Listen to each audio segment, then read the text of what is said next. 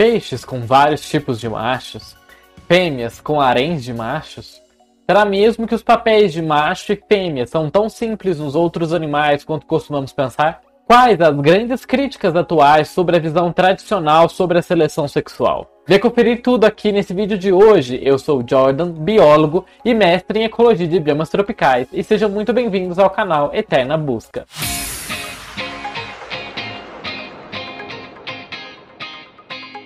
Será mesmo que os machos eles são mais promíscuos e as fêmeas castas e recatadas? Será que a teoria da seleção sexual ela está equivocada e reflete preconceitos da visão da sociedade humana? Os papéis de macho e fêmea na natureza são tão claros quanto costumamos pensar? Por muito tempo pensou-se que o namoro dos animais seria dessa forma.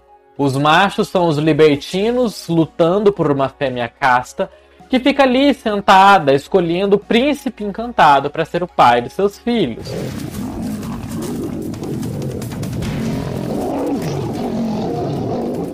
Enquanto que o seu companheiro macho pode semear os seus genes por toda parte, e ela pacientemente cuida da sua ninhada. Apesar de alguns contra-exemplos, esses papéis eram considerados basicamente os mesmos em todo o reino animal. Os machos seriam considerados os promíscuos, dominantes e agressivos, e as fêmeas castas e passivas. Para muitas pessoas, era apenas a ordem natural do mundo. Mas temos sido cegados por nossos próprios preconceitos culturais, colocando os animais nos tipos de papéis que vimos na sociedade ao nosso redor? Pesquisadores como Johan Rockgarden, bióloga evolutiva e ecologista estadunidense, argumentam que foi um caso clássico de viés de confirmação. Muitos biólogos estavam vendo o que queriam acreditar e então usando os resultados para justificar as normas culturais vigentes na sociedade. A ciência ela está reforçando os costumes sociais e os costumes estão reforçando o que a ciência está dizendo, diz Zuleima Tang Martinez da Universidade de Missouri, St. Louis. Os resultados, acreditam Tang Martinez e Rockgarden, é que os cientistas muitas vezes não conseguem reconhecer comportamentos sexuais incrivelmente diversos em todo o reino animal. Tal como nós já falamos aqui no nosso vídeo sobre as 10 teorias científicas sobre a homossexualidade, nós já falamos também sobre o comportamento de fêmeas aqui nas fêmeas que têm pênis, nós já falamos também no nosso outro vídeo que acabou saindo antes desse daqui, que esse era para sair antes, né? Que nós falamos sobre a questão da variação de gênero nos animais. Existem agora inúmeros exemplos de animais que quebram totalmente essas regras, desde o canguru intersexo, como nós dissemos, a peixes com 4 gêneros distintos, ou mesmo aos porcos Vanuatu, que também nascem intersexos. Se eles estiverem certos, devemos repensar muitas de nossas suposições sobre as diferenças de sexo. Tal como acontece com os humanos, a linha divisória entre um macho e uma fêmea é frequentemente confusa ou facilmente cruzada, tal como nós já explicamos no nosso vídeo sobre a questão dos intersexos, porque pode acontecer várias mudanças e alterações durante o processo de embriogênese, durante o processo de formação da genitália. Paul Vasey trabalha na University of Lethbridge, em Alberta, no Canadá.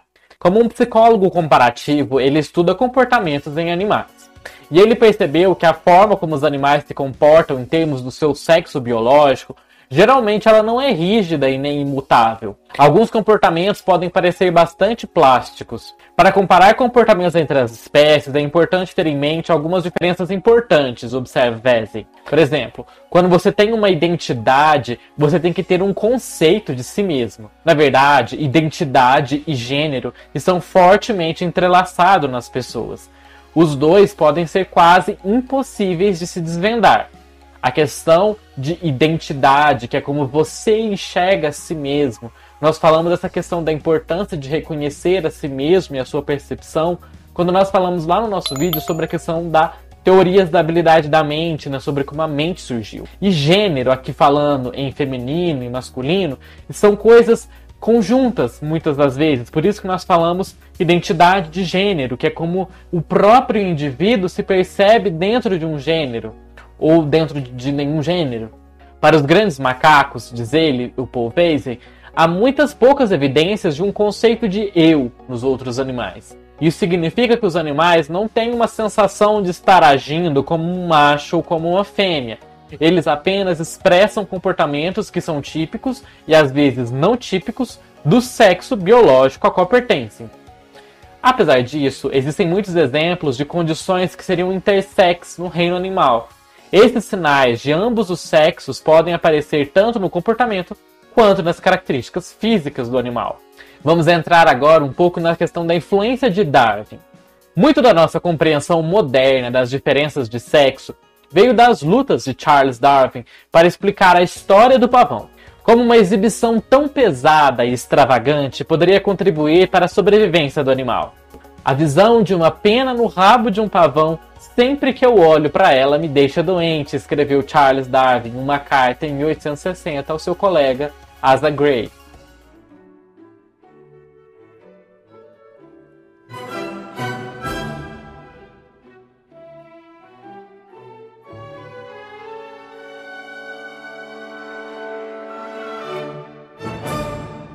A solução de Darwin para esse grande dilema da grande cauda brilhosa e espalhafatosa do pavão foi a seleção sexual.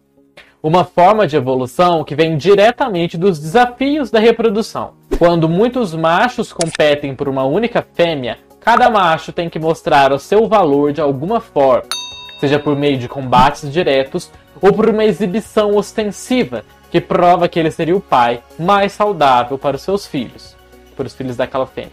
Essa corrida armamentista entre os indivíduos levou à evolução de traços cada vez mais excessivos nos machos de algumas espécies. Daí vem a cauda do pavão, que o ajuda a anunciar toda a sua boa saúde para a sua pavoa. Darwin viu os mesmos padrões que são esses machos apaixonados, impetuosos e valentes, enquanto que as fêmeas seriam tímidas, recatadas, em todo o reino animal. Mais tarde, o biólogo evolucionista Angus John Bateman argumentou que isso poderia ser explicado por meio da economia básica. Os ovos, diz Bateman, são enormes e cheios de nutrientes. Os ovos aqui, os óvulos, né? O que torna eles caros de serem produzidos. Em contraste, os espermatozoides, eles são muito pequenos e eles podem ser produzidos aos milhões. Isso significa que as apostas do jogo de acasalamento são muito mais altas para uma fêmea e, portanto, ela precisa escolher onde ela vai apostar o seu tão precioso ovo. Enquanto isso, o macho tem esperma de sobra, o que o deixa apostar onde quiser. Ou pelo menos é o que ele pensava. O investimento da fêmea é ainda maior se ela passar algum tempo gestando e criando os filhotes. Então ela precisa ter certeza de ter escolhido um parceiro que dará aos filhotes os melhores genes e as melhores chances de sobrevivência. O resultado final é que os machos evoluíram para serem promíscuos e as fêmeas para serem exigentes. Elas deveriam acasalar apenas com o melhor macho, diz Tang Martinez, professora na Universidade de Missouri, explicando sobre essa visão de Bateman. Algumas das primeiras evidências vieram de um experimento que Bateman conduziu com moscas da fruta em 1948. Ele descobriu que os machos tinham uma chance melhor de transmitir seus genes que se eles acasalassem com muitos parceiros diferentes, enquanto que as fêmeas não produziriam mais nenhuma prole após o primeiro acasalamento delas. Desde então, o mesmo tipo de lógica explicou o comportamento de muitas espécies diferentes, desde libélulas e perdizes até babuínos e elefantes marinhos. De fato, um artigo muito importante de 1972 sobre esse assunto, de Robert Trivers, já foi citado mais de 11.000 vezes, tornando essa uma das ideias mais influentes em todo o campo da biologia evolutiva. É verdade que sempre houve algumas exceções. Por exemplo, certas espécies de peixes cachimbo, a fêmea é ela que corteja ativamente o macho, antes de colocar seus ovos ao parceiro escolhido. Enquanto ela pode nadar para encontrar outro parceiro, ele, o macho, passa o tempo alimentando os filhotes que estão em crescimento. Nesse caso, o macho investe muito mais nos jovens do que a fêmea, e por isso ele é quem escolhe a melhor fêmea. Mas esses casos de inversões de papéis sexuais eram geralmente considerados raros. Eles também foram considerados exceções que comprovariam a regra. Assim como os pavões, as fêmeas do peixe-cachimbo desenvolveram marcas brilhantes e coloridas como resultados da seleção sexual. E essas fêmeas também são maiores do que os machos e formam hierarquias de dominação que determinam quem vai poder acessar aquele harém. Sobre essa questão da hierarquia e da importância que eles têm, nós já temos um vídeo falando especificamente da hierarquia e como isso afeta a dinâmica da vida daquele indivíduo em sociedade, porque ela vai ditar acesso a recursos, a reprodução e várias coisas. E também temos um vídeo falando de como a hierarquia nos peixes pode fazer com que eles mudem de sexo. Quando eles estão em uma certa posição, eles são machos, quando eles mudam, eles são fêmeas. Então ficou bem interessante também esse outro vídeo, eu também vou deixar aqui. Ainda assim, na grande maioria das espécies, presumia-se que os machos eles seriam os atletas, enquanto as fêmeas esperavam pacientemente nas laterais. Essa suposição está agora sendo atacada por alguns biólogos, que se perguntam se ela foi moldada pelas preferências culturais predominantes da época. Os argumentos são particularmente preocupantes quando a teoria da seleção sexual ela é usada para explicar o comportamento humano. Por exemplo, alguns pesquisadores argumentaram que os homens são mais naturalmente engraçados do que as mulheres. Entenda que homens, pessoas com pênis, e mulheres, pessoas com vagina. Nessa tradição antiga, do que se concebia por homem e mulher.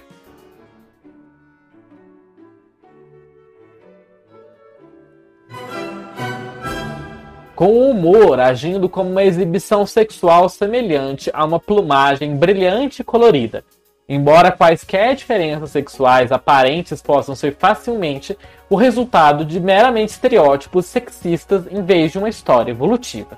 Talvez os biólogos simplesmente não tenham procurado com atenção o suficiente para compreender verdadeiramente essas formas complexas, como os homens e mulheres podem interagir, como as pessoas que têm pênis e que têm vagina interagem entre si na sociedade. Na verdade, não fizemos nenhuma pergunta sobre como a seleção sexual pode estar agindo sobre as fêmeas, sobre as mulheres, Como disse Patricia Goethe, da Universidade da Califórnia, em Los Angeles. Quase nada sabemos sobre o que está acontecendo nas arenas competitivas femininas, e as pessoas que perguntam parecem pensar que a única maneira de agir é da mesma forma do que acontece com os machos. Até mesmo aquele primeiro estudo lá com a mosca da fruta, que seria a pedra angular de toda a teoria do investimento parental, passou por análises mais profundas. Quando Goethe tentou replicar os resultados desse estudo em 2012, ela não conseguiu encontrar evidências convincentes de que os machos realmente se beneficiam por serem mais promíscuos do que as fêmeas. Em um artigo publicado em 2016, Tang Martinez descreve muitos exemplos de que as fêmeas não cumprem as regras estabelecidas pela teoria da seleção sexual. Por exemplo, as fêmeas de muitas espécies de pássaros elas eram consideradas exclusivamente monogâmicas, com a fêmea fielmente ficando com o parceiro escolhido. Mas, na verdade, isso não poderia estar mais longe da verdade. As aves fêmeas costumam ter vários flertes, mesmo quando ela tem um parceiro estável. Entre as fairy wren, por exemplo, apenas 5% das ninhadas são geradas por um único parceiro. Como uma evidência adicional, Tang Martinez aponta que as leoas fêmeas podem acasalar 100 vezes por dia com uma série de parceiros diferentes.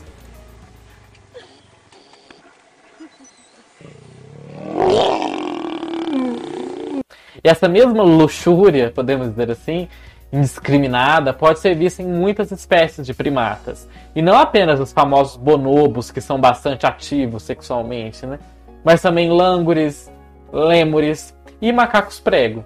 Isso sem falar nos inúmeros estudos de besouros, grilos, salamandras, cobras, lagartixas e ratos domésticos. Em todos esses casos, as fêmeas simplesmente não ficam sentadas esperando pelo príncipe encantado, como Bateman havia proposto. Mas a ideia de que isso destrói as ideias de Bateman também é controversa.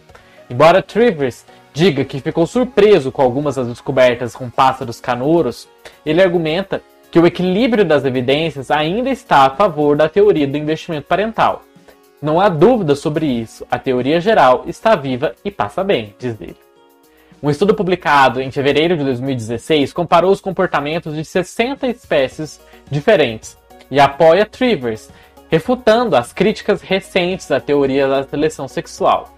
No que diz respeito aos nossos dados, são verdadeiros para a grande maioria das espécies, diz o coautor Niels Entz, da Universidade Tübingen, na Alemanha, embora ele concorde que há muitas exceções. Mas, nesse mesmo estudo abrangente, Tang e Martinez aponta que as diferenças gerais entre os sexos elas eram bastante fracas. De acordo com uma medida, elas não eram nem estatisticamente significativas.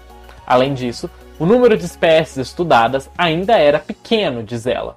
O estudo também não levou em conta o fato de que as diferenças do sexo podem mudar dependendo das circunstâncias, como a proporção de machos e fêmeas na população, o que pode influenciar a forma como os indivíduos vão se unir, tal como nós já falamos lá no nosso vídeo sobre a questão dos indivíduos hermafroditas e que trocam de sexo. Em qualquer caso, Tang e Martinez não está sugerindo que nós devemos descartar toda a teoria da seleção sexual. Claramente ela é verdade para alguns animais. Em vez disso, ela acha que é hora de abandonar todas as generalizações mais abrangentes sobre o comportamento masculino e feminino. É perigoso acrescentar explicações simples para todas as espécies, diz ela. E esse vídeo ele foi para fechar essa série de vídeos que nós estávamos explorando a questão do sexo biológico. Nós falamos lá sobre como se forma o sexo biológico, nós falamos sobre a formação da vagina e do pênis, falamos sobre intersex, falamos sobre variação de gênero e agora nós chegamos nessas críticas importantes sobre a seleção sexual. Não é que a seleção sexual deve ser jogada fora, ela é extremamente importante e válida, porém ela tem algumas limitações. E tem várias outras vertentes nos dias de hoje que mostram outros olhares para além da competição, como nós já falamos aqui sobre a própria questão do mercado biológico e como as espécies interagem entre si e cooperam entre si. Então a teoria da cooperatividade dos seres, a cooperatividade dos jogos, por exemplo, tem crescido. E eu trabalhei um pouco com isso dentro do meu mestrado, buscando entender mais sobre essas relações que se contrapõem a essa ideia tradicional da seleção sexual. É um assunto bastante interessante. Espero que vocês tenham gostado de se aprofundar um pouquinho mais nesse tema, que ainda está bem por cima. Mas quem sabe no futuro a gente fale mais sobre esse tema. Então não deixe de compartilhar esse vídeo com mais pessoas. E de assistir os nossos outros vídeos daqui, que eu vou deixar linkado para vocês. Nós falamos de vários tópicos aqui, se você ainda não conferiu. Vejo vocês no nosso próximo vídeo e não deixe de se inscrever para você receber o aviso de quando o próximo vídeo do nosso canal aqui sair. Até mais!